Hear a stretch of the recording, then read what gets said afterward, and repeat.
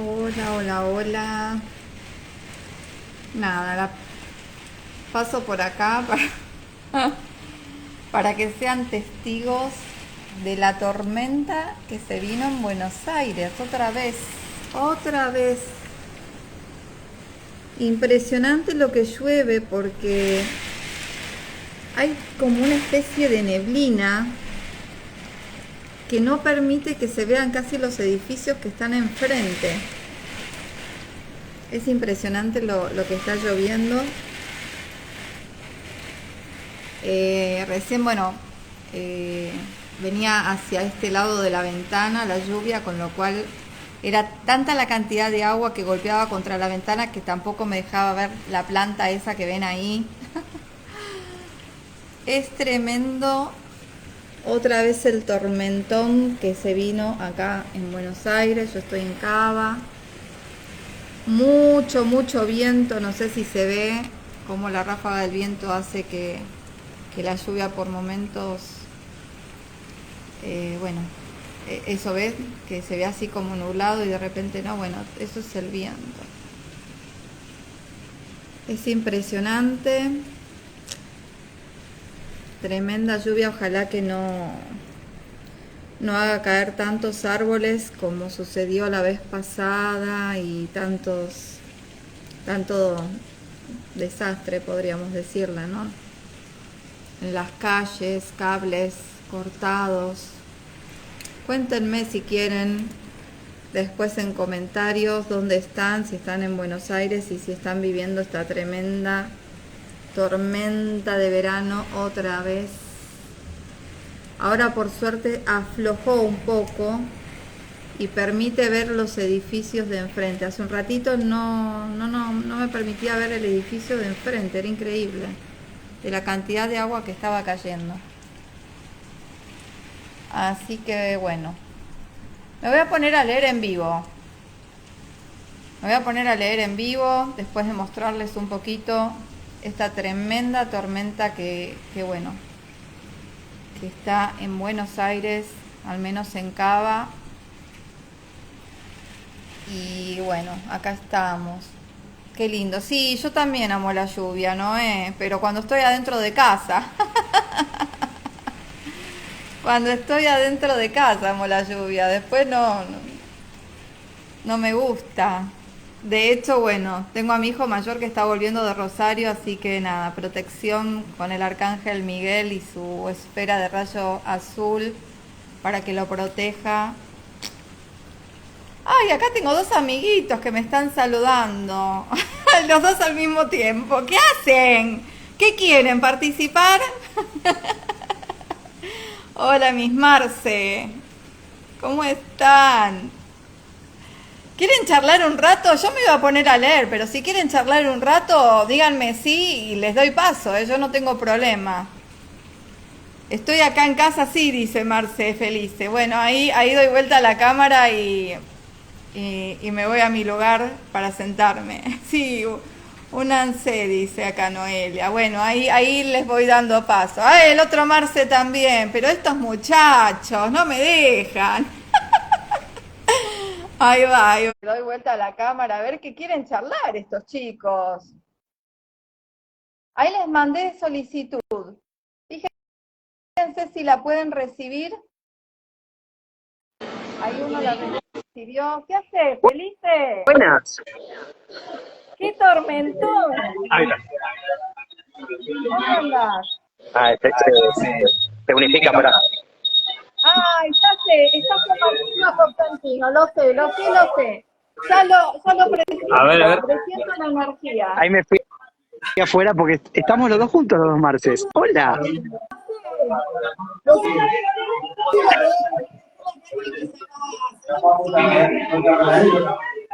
Hola, hola. No queremos que se resfríe. ¿Se escucha, Debbie? Sí. ¿Cómo andan? ¿Cómo estamos? ¿Qué hace, muchachos? ¿Vos querías leer? Sí. No va a poder ser. No te vamos a dejar. Bueno, no importa, no No, pero importa. mirá cómo está. 44 personas ahí encima. Sí, increíble. Así está Ay, no, lloviendo. no. Marcelo, ¿dónde estás, Cosentino, que no te veo? ¿No me ves? Nunca me No. podés ver vos, Debbie. Yo no te veo a vos hoy. Ay, uy, bueno. Pero sé que están, Bueno, ¿no? ¿Están los tres en pantalla? ahí está Marcelo, mirá. Ahí adentro está Marcelo. Hola. No. Claro. Bueno, a Sabía, ver, sabía que se iban vinimos, a juntar, mira, vini- ya me lo Vinimos, presentía yo. vinimos para un evento al aire libre, mirá, Sí, ya sé, nadie. una pena, una pena. Pero bueno, pero bueno, no importa, el evento se modificó porque ahora una de las personas que venía acá para generar esta ronda de seña, nos encontraremos en este cafecito y Ah, haremos una ronda de seña en un café, por lo menos para compartir. Así que veremos quién llega en un ratito. Marce y yo ya estamos esperando a ver quién viene. qué lindo. Bueno, me alegro. 2 horas hablando, ya no sabemos de qué hablar. Ya estamos. 2 horas hoy, más las de ayer, No, Claro, no. Viene movido el 24. ya no quedaron chistes tampoco. ya Se no, se agotaron agotó todo, David. todo. Todo. Pero bueno, ¿Qué pero ibas a leer? nada. Era pasar un cachito para saludarte y bueno, te dejamos si vas a hacer una lectura, pero nada, compartir. Charlemos, charlemos. Después corto con ustedes. Mira, 47 personas. Cuando yo hago las lecturas no hay ni 5. No, mentira. Che, No, ¿qué no, vas a charlemos, leer? charlemos. ¿Qué vas a leer, Debbie? No, iba a leer otro capítulo de Jesús y los esenios. Estamos con los esenios. Muy bien, muy bien. Ahí estamos. Así que, ¿cómo andan, Hermoso. muchachos hermosos? Bien, todo A bien. vos te hablan. A mí, lo No, los hermoso es a mí, dos. sí, obvio, Marte, sí, sí, el lindo soy yo, no te preocupes. No, felices, a ver, felices con felices. Llegamos los dos, estaba el sol, caminamos por la plaza 200 metros y tuvimos que salir corriendo pues se regó a llover. Así que estamos en este Tremendo. barcito compartiendo, charlando, y qué más lindo que estar con un amigo y charlando, así que súper tranquilos, David. Igual tenían conversaciones pendientes ustedes, así que, Oh, siempre hay algo para hablar, siempre. ¿Ustedes se creen bueno, que las mujeres solas tienen muchas charlas? No, los no, varones también tenemos muchas charlas. no. Ojo, no hagan Ahí seguimos. lío, no hagan No, lío. que andes bien. Pasala lindo, Debbie. Te ¿Ya te mandamos un vas? beso enorme. Bueno, Ya nos vayan, vamos. Sí. vayan. Fue un saludarte nada más. Ahora te dejamos con... Quédense a escuchar la Debbie, no se vaya ninguno. Quédense a Vamos escuchar a la la Debbie esquina a que ver va si a seguir sucede. leyendo el libro. ¿Sí? ¿Sí? Eso, que pronto termino este y se viene el tuyo. Marce Ahí sí que arrancamos anda poniendo día con y detrás del horario, espejo. Dale, lo hacemos, Eh, hacemos detrás del espejo, claro que sí, claro que sí. Gracias, los Abrazote enorme, amo, amiga, gracias. te amamos. Dice Linda que Gracias. lectura. se viene un gran encuentro para febrero, ¿viste? No cuentes nada igual, ¿eh? No ¿7? digan, claro, no digan Ay, nada que va a haber un encuentro el 17 de febrero, no digan la fecha todavía. Pero No, se viene un uy, encuentro, ¿eh? bueno, No digan que va menos a ser en el mal. planetario a las 3 de la tarde, todavía no lo digan. no No, lo no, no, anticipes. no, no digamos nada todavía. Esto es top secret. Es que va a ser una Bueno, reunión bonita. muy íntima de poquitos Nada, seres, o sea, como la total, del otro día, ¿viste? claro, total. Bueno, Bueno, abrazote, amiga, te amamos. Linda lectura. nos vemos. Chau, Chau, chau. Seguí chis. regalando cosas lindas. Nos vemos. ¿Cuándo? Acá nos dicen cuándo, cuándo. No, 17 de febrero a las 3 de la tarde, planetario. Ay, no, no lo podía decir, perdón. Bueno, chau, Chao, chicos. Debbie. Chao, gente linda. Nos vemos. Bueno, ahora creo que estoy sola. No sé, díganme ustedes si quedé solita en este vivo. Se me fueron los muchachos. Ay, estos siempre andan haciendo ahí lío. Bueno, bienvenidos. Iba a leer un ratito, después de hacer unos reels, haciendo unas invitaciones pertinentes, no lo voy a volver a repetir, simplemente me voy a dedicar a entregarles y compartirles una lectura de Jesús y los Esenios. Voy por el capítulo 3, así que bueno, muchas gracias. Sí, se te ve bien. Gracias, Sam, besito. Amiga hermosa, ¿no? También ahí que me estaba diciendo. Vamos entonces a compartir esta lectura, capítulo 3. Y este capítulo se llama Los Esenios. Juan el Bautista, la tentación. Y dice así: lo que quería saber solo los esenios podían enseñárselo. Los evangelios han guardado un silencio sobre los hechos y palabras de Jesús antes de su encuentro con Juan el Bautista, por quien, según ellos, tomó en cierto modo posesión de su ministerio. Inmediatamente después aparece en Galilea con una doctrina determinada, con la seguridad de un profeta y la conciencia de ser el Mesías. Pero es evidente que ese principio atrevido y premeditado fue precedido de un largo desarrollo y una verdadera iniciación. No es menos cierto que esa iniciación debió verificarse con la única asociación conservada entonces en Israel, las tradiciones verdaderas, con el género de la vida de los profetas. Esto no deja duda alguna para quienes, elevándose sobre la superstición de la letra y la manía maquinal del documento escrito, osan descubrir el encadenamiento de las cosas por medio de su espíritu. Se deduce no solamente de las relaciones íntimas entre la doctrina de Jesús y la de los esenios, sino también del silencio mismo guardado por el Cristo y los suyos sobre aquella secta. ¿Por qué él, que ataca con sin igual libertad a todos los partidos religiosos de su tiempo, no nombra nunca a los esenios? A los esenios, perdón que me perdí. ¿Por qué los apóstoles y evangelistas tampoco hablan de ellos? Evidentemente porque consideran a los esenios como de los suyos, estaban ligados con ellos por el juramento de los misterios, y la secta se fundió con la de los cristianos. La orden de los esenios continúa en el tiempo de Jesús, el último resto de aquellas cofradías de profetas organizadas por Samuel. El despotismo de los tiranos de Palestina, la envidia de un sacerdocio ambicioso y servil, los había lanzado al retiro y al silencio. Ya no luchaban como sus predecesores y se contentaban con conservar la tradición. Tenían dos centros principales, uno en Egipto, a orillas del lago de Maoris, el otro en Palestina, en Engadi, a orillas del Mar Muerto. Aquel nombre de esenios que se habían dado procedía de la palabra siriaca asaya, médicos en griego, terapeutas, porque su único ministerio para el público era el de curar las enfermedades físicas y morales. Estudiaban con gran cuidado, dice Josefo, ciertos escritos de medicinas que trataban de las virtudes ocultas de las plantas y de los minerales. Algunos poseían el don de profecía, como aquel Manahem, a quien había precedido a Herodes su reino. Sirven a Dios, dice Filón, con gran piedad, no ofreciéndole las víctimas, sino sacrificando su espíritu. Huyen de las poblaciones y se dedican a las artes de la paz. No existe entre ellos un solo esclavo, todos son libres y trabajan unos para otros. Las reglas de la orden eran severas. Para entrar en ella se precisaba el noviciado de 1 año. Si se habían dado suficientes pruebas de templanza, se era admitido a las abluciones sin entrar no obstante en relación con los maestros de la orden. Se precisaban aún 2 años más de prueba para ser recibido en la cofradía.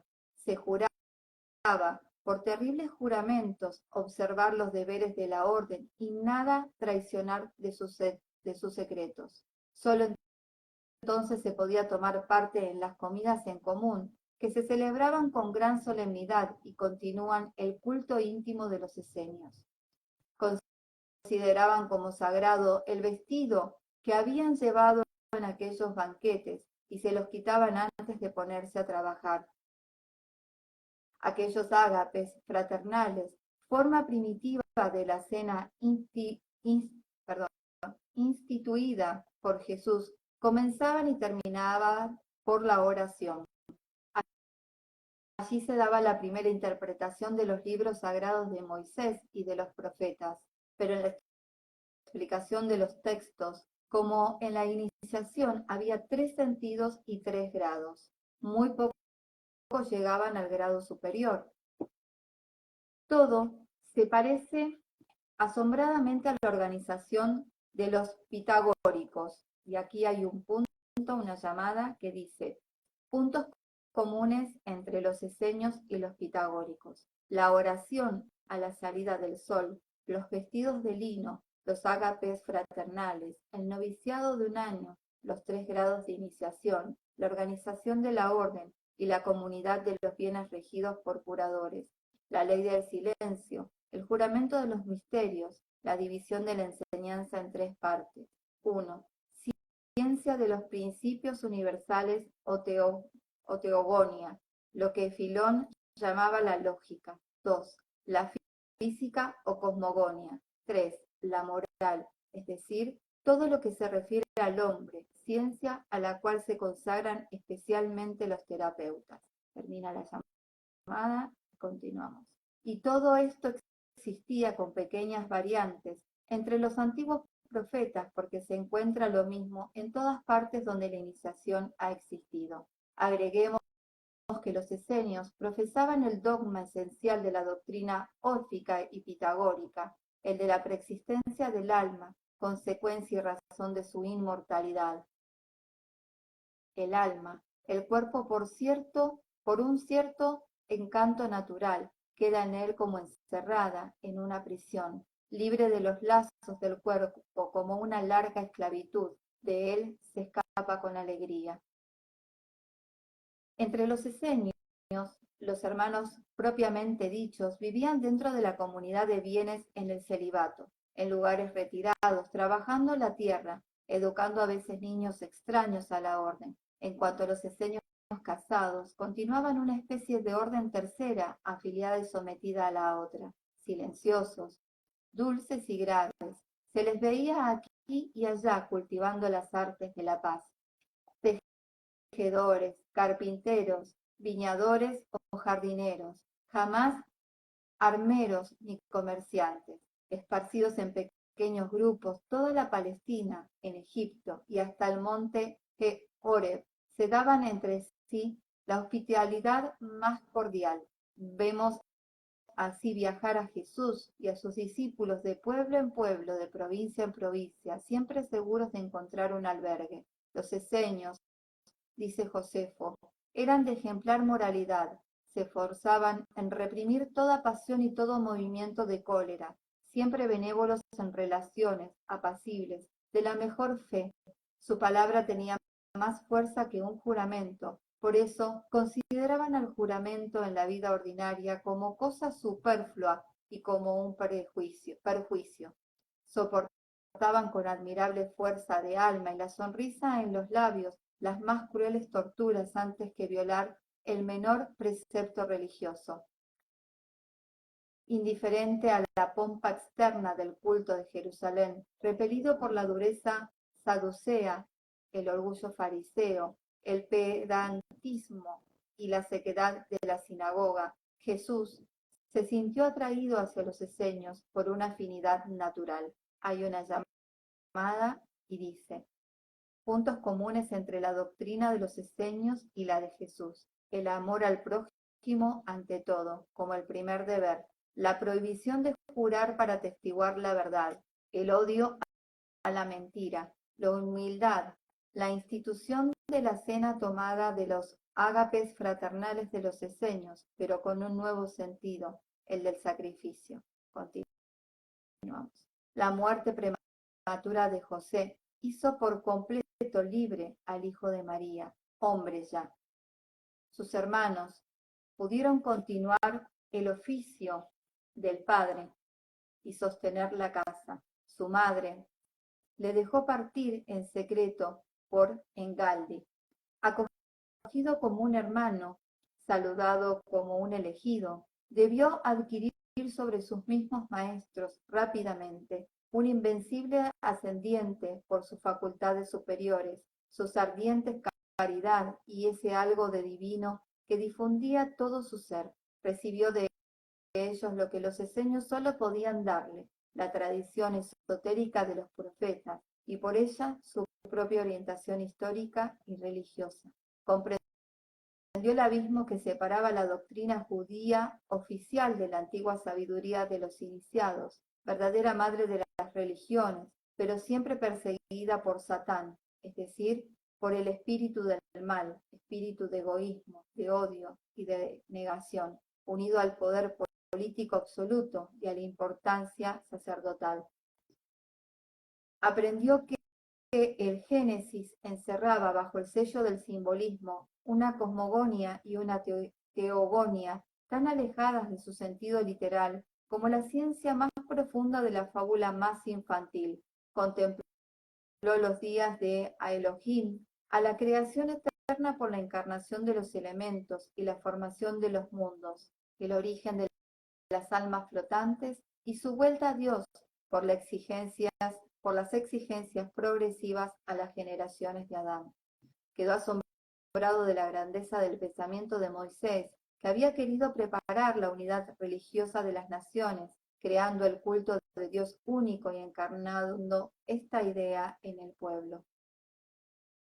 Le comunicaron enseguida la doctrina del Verbo Divino, ya enseñada por Krishna en la India, por los sacerdotes de Osiris en Egipto, por Orfeo y Pitágoras en Grecia, y conocida entre los profetas por el nombre de Misterio del Hijo del Hombre y del Hijo de Dios. Según esa doctrina, la más elevada manifestación de Dios es el hombre, que por su constitución, su forma, sus órganos y su inteligencia, es la imagen del ser universal y posee sus facultades. Pero en la evolución terrestre de la humanidad, Dios está como esparcido, fraccionado y mutilado en la multiplicidad de los hombres y de la imperfección humana. Él sufre, se busca, lucha en ella, es el Hijo del Hombre, el hombre perfecto, el hombre tipo, que es el pensamiento más profundo de Dios, vive oculto en el abismo infinito de su deseo y de su poder. Sin embargo, en ciertas épocas, cuando se trata de arrancar a la humanidad del abismo, de recogerla para lanzarla más alto, un elegido se identifica con la divinidad y la trae ante sí por la sabiduría, la fuerza y el amor y la manifiesta de nuevo a los hombres. Entonces la divinidad, por la virtud y el soplo del Espíritu, está completamente presente en él. El Hijo del Hombre se convierte en el Hijo de Dios y su Verbo viviente. En otras edades y en otros pueblos había habido ya hijos de Dios, pero desde Moisés ninguno había vuelto a florecer en Israel. Todos los profetas esperaban a aquel Mesías. Los videntes decían que ahora se llamaría el Hijo de la Mujer, de Isis celeste, de la luz divina, que es la esposa de Dios, porque la luz del amor brillaría en él sobre todas las demás, un brillo fulgurante, desconocido aún en la tierra. Aquellas cosas ocultas que el patriarca de los esenios revelaba en el joven Galileo en las desiertas playas del Mar Muerto, en las soledades de Engali, le parecían a la par maravillosas y conocidas. Con singular emoción oyó el jefe de la orden mostrarle y comentarle estas palabras que se leen aún en el libro de Enoch. Desde el principio, el Hijo del Hombre estaba en el ministerio. El Altísimo le guardaba el lado de su poder y le manifestaba a sus elegidos. Pero los reyes se asustarán y postergarán su semblante hasta tierra, y el espanto les sobrecogerá cuando vean al Hijo de la Mujer sentado sobre el trono de su gloria. Entonces el elegido evocará todas las fuerzas del cielo, todos los santos de las alturas y el poder de Dios. Entonces los querubines, los serafines, los opanim, todos los ángeles de las fuerzas, todos los ángeles del Señor, es decir, el elegido y de la otra fuerza que sirven sobre la tierra y por encima de las aguas elevarán sus voces. A estas revelaciones, las palabras de los profetas, 100 veces releídas y editadas, relampaguearon a los ojos de Nazareno con resplandores nuevos, profundos y terribles, como relámpagos durante la noche. ¿Quién era aquel elegido? ¿Y cuándo llegaría a Israel? Jesús pasó una serie de años entre los esenios, se sometió a su disciplina, estudió con ellos los secretos de la naturaleza y se ejercitó en la terapéutica oculta. Dominó por completo sus sentidos para desarrollar su espíritu. No pasaba día sin que meditase sobre los destinos de la humanidad y se interrogara a sí mismo. Fue una memorable noche para la orden de los esenios y para su nuevo adepto, aquella en que éste recibió en el más profundo secreto la iniciación superior del 4º grado, la que solo se concedía en el caso de tratarse de una misión profética deseada por el hermano y confirmada por los ancianos. Se reunían en una gruta tallada en el interior de la montaña como una vasta sala con un altar y asientos de piedra. El jefe de la orden estaba allí con algunos ancianos. A veces, 2 o 3 esenias profetisas iniciadas se admitían igualmente a la misteriosa ceremonia. Con antorchas y palmas saludaban al nuevo iniciado, vestido de lino blanco, como el esposo y rey que habían presentido y que veían quizás por última vez. Enseguida el jefe de la orden, de ordinario un anciano centenario. Josefo dice que los esenios vivían mucho tiempo. Le presentaba el cáliz de oro, símbolo de la iniciación suprema, que contenía el vino de la viña del Señor, símbolo de la inspiración divina. Algunos decían que Moisés le había bebido como los 60. Otros lo hacían remontar hasta Abraham, que recibió en Melquisedec esta misma iniciación, bajo las especies del pan y del vino. Jamás presentaba el anciano la copa más que a un hombre en quien había reconocido con certeza los signos de una misión profética. Pero esa misión nadie podía definirla. Él debía encontrarla por sí mismo, porque tal es la ley de los iniciados, nada del exterior, todo por lo interno. En adelante era libre, dueño de sus actos, y hierofante por sí, entregado al viento del espíritu, que podía lanzarse al abismo o elevarse a las cismas, por encima de la zona de las tormentas y de los vértigos. Cuando después de los cánticos, las oraciones, las palabras sacramentales del anciano, el nazareno tomó la copa, un rayo de lívida luz del alba, deslizándose por una afractuosidad de la montaña, corrió estremeciendo sobre las antorchas y los amplios vestidos blancos de los jóvenes esenios, quienes también temblaron cuando cayó sobre el pálido Galileo, en cuyo hermoso rostro se vio una gran tristeza. Su mirada perdida iba hacia los enfermos de Siloé, y en el fondo de aquel dolor siempre presente entreveía ya su camino. En aquel tiempo Juan Bautista predicaba en los márgenes del Jordán. No era un esenio, sino un profeta popular de la fuerte raza de Judea.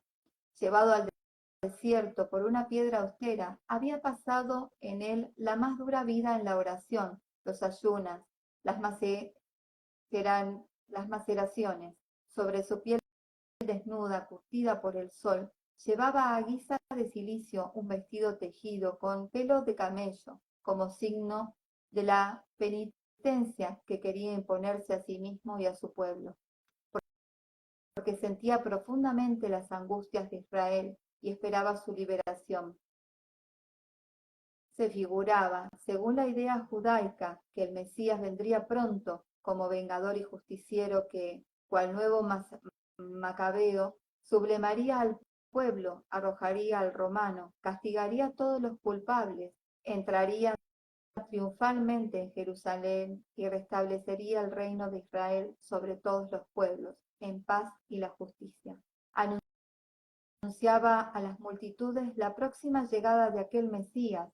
Agregaba que era preciso prepararse por el arrepentimiento de las faltas pasadas, tomando de los esenios la costumbre de las abluciones, transformándola a su modo. Había imaginado el bautismo del Jordán con un símbolo visible, como un público cumplimiento de la purificación interna que exigía. Esa ceremonia nueva, esa predicación vehemente ante inmensas multitudes en el cuadro del desierto, frente a las aguas sagradas del Jordán, entre las montañas severas de Judea y de Perea, sobrecogía los ánimos, atraía a las multitudes. Recordaba días gloriosos de los viejos profetas. Ella daba al pueblo lo que no encontraba en el templo, la interior sacudida y después de los terrores del arrepentimiento, una esperanza vaga y prodigiosa. Acudían de los puntos de Palestina y aún de más lejos para escuchar el santo del desierto que anunciaba el Mesías. Las poblaciones, atraídas por su voz, acompañaban a su lado durante varios días para oírle. No querían marcharse, esperando que el Mesías llegase. Muchos no pedían otra cosa que empuñalar las armaduras bajo su mando para comenzar la guerra santa. Herodes, Antipas y los sacerdotes de Jerusalén comenzaban a inquietarse ante aquel movimiento popular. Por otra parte, los signos de la época eran graves. Tiberio, a la edad de 64 años, acababa su vejez en medio de los bancales de Caprea. Poncio Pilato redoblaba en violencia contra los judíos. En Egipto, los sacerdotes habían anunciado que el fénix iba a renacer de su ceniza. Jesús, que sentía crecer interiormente su vocación profética, pero que buscaba aún su camino, vino también al desierto del Jordán, con algunos hermanos esenios que le seguían ya como a un maestro. Quiso ver al Bautista, oírle, someterse al bautismo público. Deseaba entrar en escena por un acto de humildad y de respeto hacia el profeta, que osaba elevar la voz contra los poderes del día y despertar de su sueño el alma de Israel. Vio al rudo asceta, velludo y con largo cabello, con su cabeza de león visionario como un público de madera, con un púlpito de madera, bajo un rústico tabernáculo cubierto de ramas y de pieles de cabra. A su alrededor, entre los pequeños arbustos del desierto, una multitud inmensa, todo un campamento, funcionarios, soldados de Herodes, samaritanos, levitas de Jerusalén, idumeos con sus rebaños, árabes detenidos por allí con sus camellos, sus tiendas y sus caravanas por la voz que retumba en el desierto. Aquella voz tonante pasaba sobre las muchedumbres y decía: enmendaos, preparad las vías del Señor, arreglar sus senderos. Llamaba a los fariseos y a los saduceos raza de víboras. Agregaba que el hacha estaba ya próxima a la raíz de los árboles y decía del Mesías: yo solo con agua os bautizo, pero él os bautizará con fuego. Hacia la puesta del sol, raza de víboras, agregaba que él hacha un remanso a orillas del Jordán y a mercenarios de Herodes, a bandidos inclinar sus rudos espinazos bajo el agua que vertía el Bautista. Se aproximó a él. Juan no conocía a Jesús, nada sabía de él, pero reconoció a un eseño por su vestidura de lino. Le vio Perdido entre la multitud, bajar al agua hasta que llegó a la cintura e inclinarse humildemente para recibir la aspersión. Cuando el neófito se levantó, la mirada temible del predicador y la de los galileos se encontraron. El hombre del desierto se estremeció bajo aquel rayo de maravillosa dulzura e involuntariamente dejó escapar estas palabras. ¿Eres el Mesías? Acá hay una llamada, voy a leer, dice. Sabemos, según los evangelios, Juan reconoció enseguida a Jesús como Mesías y lo bautizó como tal. Sobre este punto su narración es contradictoria, porque más tarde Juan, prisionero de Antipas en Mecurus, hace preguntar a Jesús, ¿eres tú el que debe venir o debemos esperar a otro? Mateo 11:3. Esa duda tardía prueba que, si bien había sospechado que Jesús era el Mesías, no estaba completamente convencido, pero los primeros redactores de los evangelios eran judíos y deseaban presentar a Jesús como iniciado y consagrado por Juan Bautista, profeta judaico popular. Esperen que no encuentro la llama acá. Continúo. El misterioso Esenio nada respondió,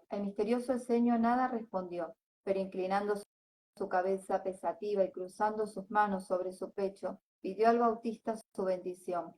Juan sabía que el silencio era la ley de los esenios novicios. Extendió solemnemente sus dos manos. Luego el nazareno desapareció con sus compañeros entre los cañaverales del río.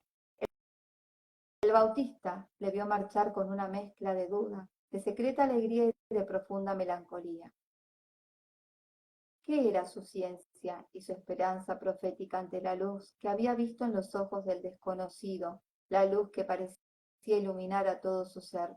Ah, sí, el joven y hermoso Galileo era el Mesías. Había visto realizado el sueño de su vida, pero su papel había terminado. Su voz iba a callarse. A partir de aquel día, se puso a predicar con voz más profunda y emocionada sobre este tema melancólico.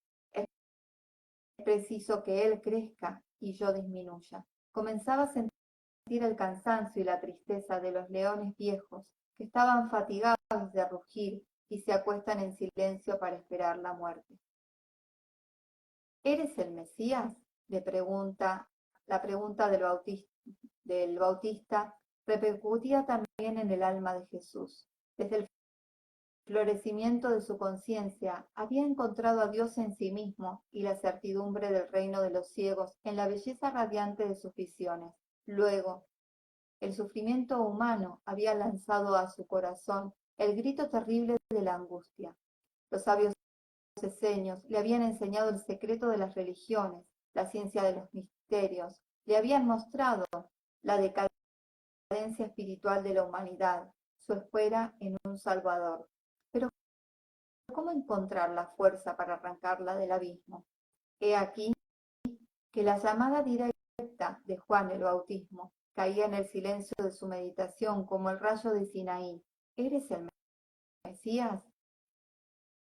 Jesús solo podía responder esa pregunta, recogiendo en lo más profundo de su ser. De ahí su retiro, aquel ayuno de 40 días, que Mateo resume bajo la forma de una leyenda simbólica. La tentación representa en realidad en la vida de Jesús aquella gran crisis y aquella visión soberana de la verdad, por la cual deben pasar infatigablemente todos los profetas, todos los iniciadores de los religiosos antes de comenzar su obra. Sobre Engadi, donde los esenios cultivaban el sésamo y la viña, un sendero escarpado conducía a una gruta que se abría en el muro de las montañas. Se entraba en ella por medio de las dos columnas dóricas talladas en la roca bruta, parecidas a las del lugar de retiro de los apóstoles en el valle de Josap. Allí quedaba uno sobre el abismo a pico, como un como un nido de águila. En el fondo de una cañada se veían viñedos, habitaciones humanas. Más lejos, el mar muerto, inmóvil y gris, y las montañas desoladas de Moab. Los esenios habían construido este lugar de retiro para aquellos de los suyos que querían someterse a la prueba de la soledad.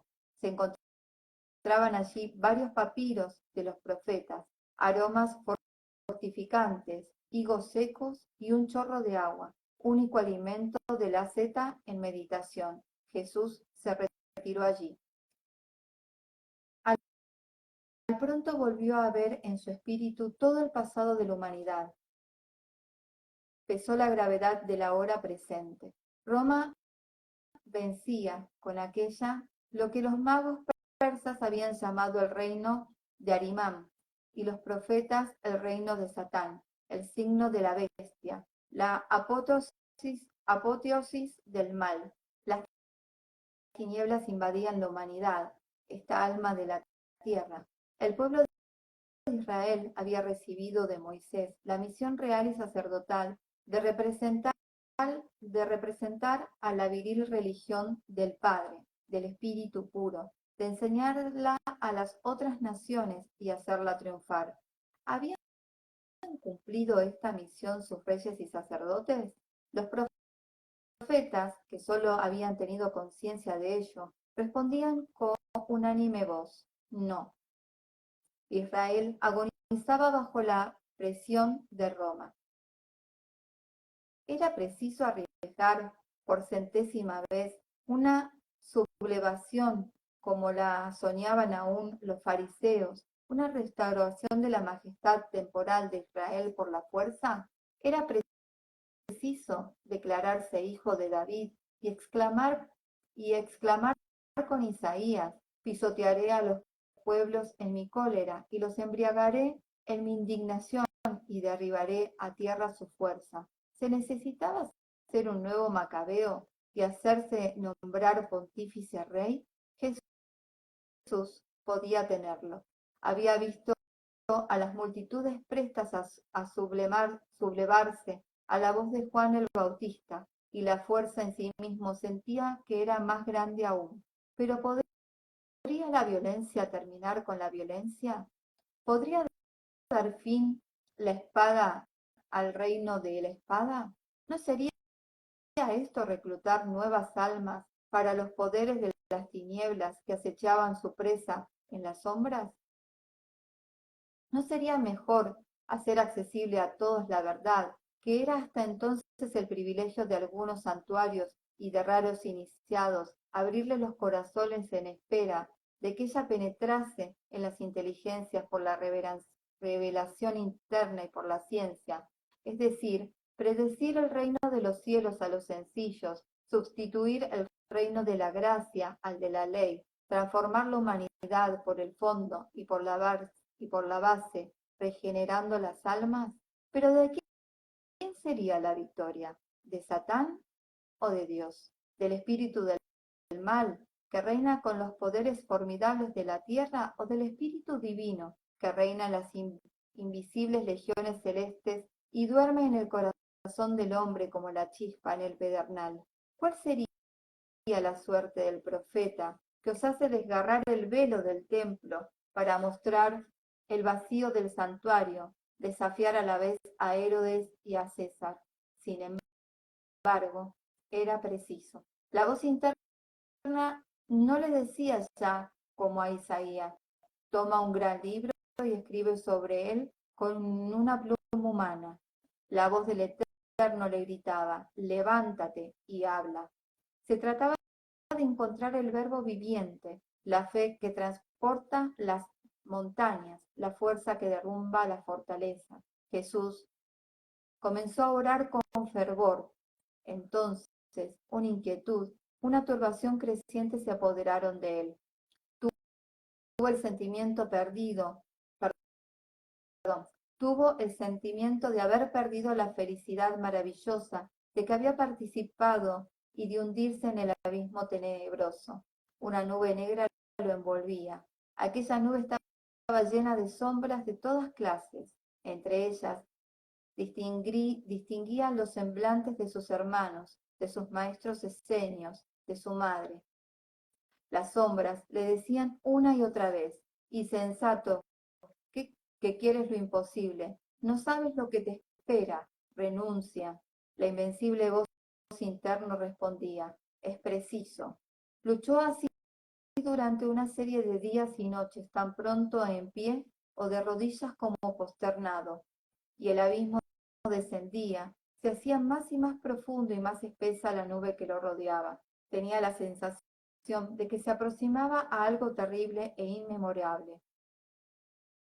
Por fin entró en un estado de éxtasis lúcido que le era propio, en el cual la parte más profunda de la conciencia se despierta, entra en comunicación con el espíritu viviente de las cosas y proyecta sobre la tela diáfana del sueño las imágenes del pasado y del porvenir. El mundo exterior desaparece, los ojos se cierran. El vidente contempla la verdad bajo la luz que inunda su ser y hace de su inteligencia un foco incandescente. El trueno retumbó, la montaña tembló hasta su base. Un torbellino de viento, venido del fondo de los espacios, llenó al vidente hasta la cúspide del templo de Jerusalén. Techados y minaretes relucían en los aires como un bosque de oro y plata. Se oían himnos en el santo de los santos. Espirales de incienso subían de todos los altares y gritaban en torbellino a los pies de Jesús. El pueblo, con trajes de fiestas, llenaba los pórticos. Mujeres soberbias cantaban para él himnos de amor ardiente. Las trompetas sonaban y 100.000 voces gritaban: Gloria al Mesías, gloria al Rey de Israel. Tú serás ese rey si quieres adornarme, dijo una voz desde abajo. ¿Quién eres? Dijo Jesús. De nuevo, el viento le llevó a través de los espacios a la cumbre de una montaña. A sus pies los reinos de la tierra se escalonaban en un resplandor dorado. Soy el Rey de los espíritus y el príncipe de la tierra, dijo la voz del abismo. Sé quién eres, dijo Jesús. Tus formas son innumerables. Tu nombre es Satán. Aparece bajo tu forma terrestre. La figura de un monarca coronado apareció sobre una nube.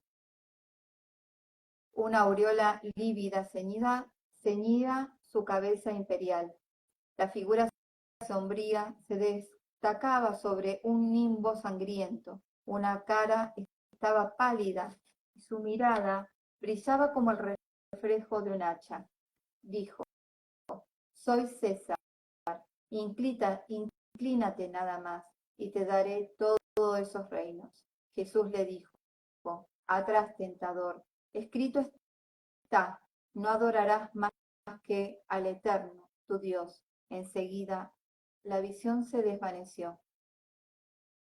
Encontrándose solo en la caverna de Egadi, Jesús dijo: ¿Por qué signo venceré a los poderes de la tierra?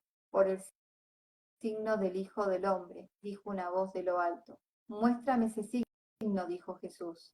Una constelación brillante apareció en el horizonte, con 4 estrellas en formas de cruz.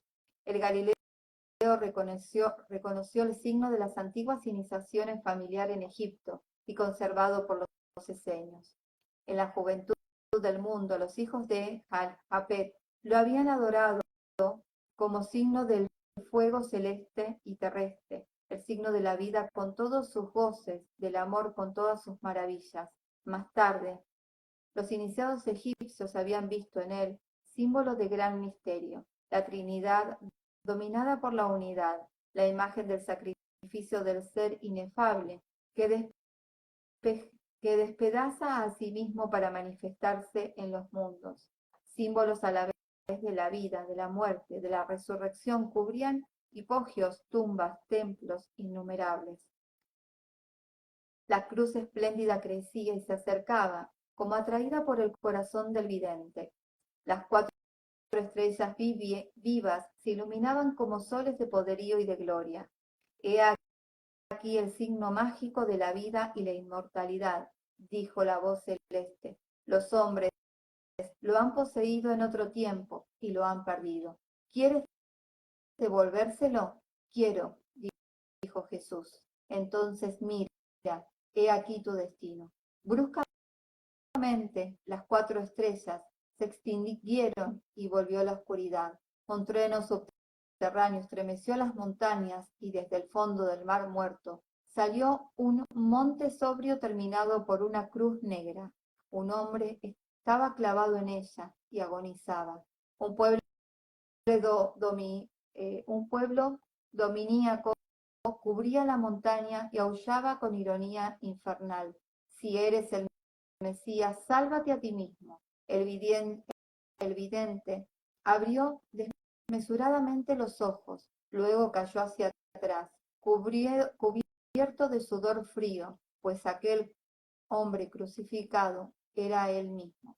Había comprendido que para vencer era evocado por él mismo y colocado ante sí una siniestra interrogación, suspendido en su incertidumbre, como en el vacío de los espacios infinitos. Jesús sentía a la vez las torturas del crucificado, los insultos de los hombres y el silencio profundo del silencio. ¿Puedes tomarla o dejarla?, dijo la voz angélica. Ya la visión se esfumaba y la cruz fantasma comenzaba a palidecer con su ejecutado, cuando de repente Jesús volvió a ver a su lado a los enfermos del pozo de Siloé, y tras ellos todo un pueblo de almas desesperadas que murmuraban con las manos juntas: sin ti estamos perdidas, sálvanos, tú sabes amar. Entonces el Galileo se levantó lentamente, abriendo sus amorosos brazos, exclamó: sea conmigo la cruz y que el mundo se salve. Enseguida Jesús sintió como si se desgarrasen todos sus miembros y lanzó un grito terrible. Al mismo tiempo, el monte negro desapareció, la cruz se sumergió, una luz suave, una felicidad divina inundaron al vidente, y en las alturas de lo azul una voz triunfante atravesó la inmensidad diciendo: Satán ya no reina, la muerte quedó dominada. Gloria al Hijo del Hombre, gloria al Hijo de Dios. Cuando Jesús despertó de esa visión, nada había cambiado a su alrededor. El sol naciente doraba las paredes de la gruta de Engadi. Un rocío tibio, como lágrimas de amor angélico, mojaba sus pies doloridos, y brumas flotantes se elevaban del mar muerto. Pero él no era ya el mismo. Un acontecimiento definitivo se había desarrollado en el abismo insondable de su conciencia. Había resuelto el enigma de su vida. Había conquistado la paz, y una gran certidumbre se había apoderado de él, del desplazamiento de su ser terrestre, que había pisoteado y lanzado al abismo. Una nueva conciencia había surgido radiante. Sabía que se había convertido en el Mesías por un acto irrevocable de su voluntad. Poco después, bajó al pueblo de los Esenios. Supo allí que Juan el Bautista había aprendido por Antipas y encarcelado en la fortaleza de Maquerus. Lejos de asustarse por ese presagio, vio en él un signo de que los tiempos estaban maduros y que era preciso trabajar a su vez. Anunció pues a los esenios que iba a predicar por Galilea el evangelio de los reinos de los cielos. Esto quería decir poner los grandes misterios al alcance de la gente sencilla, traducirle las doctrinas de los iniciados. Parecida audacia no se había visto desde los tiempos en que Shakyamuni, el último Buda, movido por una inmensa piedad, había predicado en las orillas del Ganges. La misma compasión sublime por la humanidad animaba a Jesús, a ella unida a una luz interna, un poder de amor, una magnitud de fe y una energía de acción que solo a él le pertenecen. Del fondo de la muerte que habían sondeado y gustado de antemano, traía a sus hermanos la esperanza y la vida. Bueno, fue un poco largo el capítulo, pero no quería cortarlo realmente. Ay, qué belleza, Dios mío, qué linda esta información, qué fuerte, ¿no? Pero bueno, muchas gracias a todos los que estuvieron en el vivo. Ay, cuánta gente, qué bonito. Muchas gracias a los que, uy, qué rayo.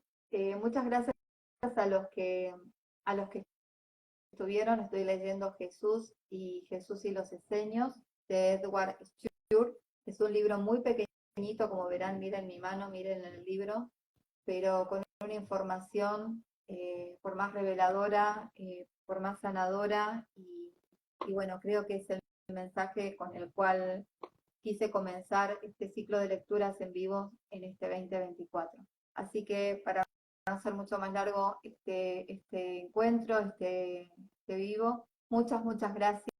Seguramente mañana haré otra lectura. No tengo ni un día ni un horario fijo, sino que leo cuando puedo, pero bueno, esto después queda grabado y queda también subido a YouTube para que lo compartan con personas que no tienen Instagram. La cuenta de YouTube es Calma Salud Consciente. Y bueno, muchas gracias. Les deseo que tengan un feliz y bendecido domingo. Gracias. Gracias a todos. Y bueno, no se pierdan de pasar para ver los reels que dejé, que hay muchas novedades, muchas invitaciones y muchos agradecimientos. Gracias, San, bonita. Estuviste en toda la lectura, amiga mía. Gracias. 44, sí, lo vi justo también, Vani.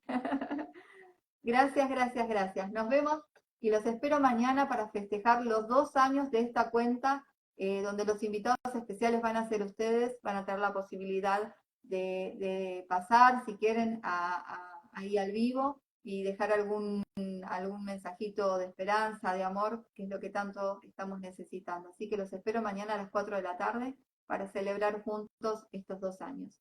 Nos vemos. Chau.